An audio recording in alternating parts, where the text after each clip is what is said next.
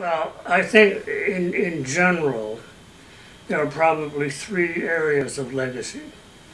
One, I like to hope that I created a dance audience in Vancouver and set the stage for the growth of dance that comes from within the community. By bringing all those companies, I helped to create an appetite for dance of all kinds and all sorts. And in those halcyon days, I guess you call them, um, every company that toured North America had come to Vancouver. And in those 15 years, you saw everything from New York City Ballet to the Royal Winnipeg to the National to Twyla Tharp to Martha Graham, everybody.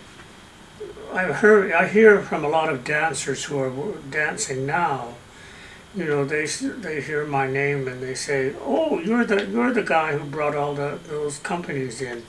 Well, you're the reason that I'm dancing now, because I went to see those companies and I fell in love with the ballet or modern, and as a result I was inspired to take this as a career. To me, that's a wonderful legacy, to be able to say what you did. The second part of the legacy, I think, is that I fought very hard for the cultural community in Vancouver and was very outspoken to all levels of government and funders and everybody about, maybe too outspoken, but certainly I would call a spade or call a spade a kettle or whatever it was, it got called. And I believed a great deal in the artists and their ability to create art and to create industry around that art, and continue to fight for that today. The other part is the creative part, where I in fact came up with the idea of the cultural program of the Dragon Boat Festival. I created the model program, original model program for the World Festival at Expo 86.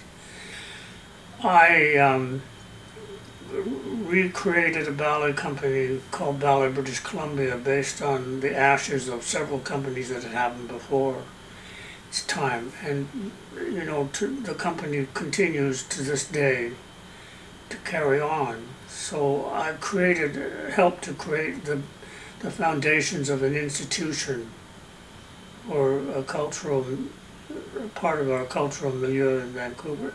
I think the next part of my legacy will be two-pronged. One aspect will be to help continue to develop facilities in Vancouver for culture, and also to create a funding mechanism or a institutional mechanism to assist young, talented artists at the crucial point of their career, which is between learning the basics and graduating from their conservatories or whatever program they graduate from, and going into a more professional school. The artists are the key to the future, and the kids are the key to the future.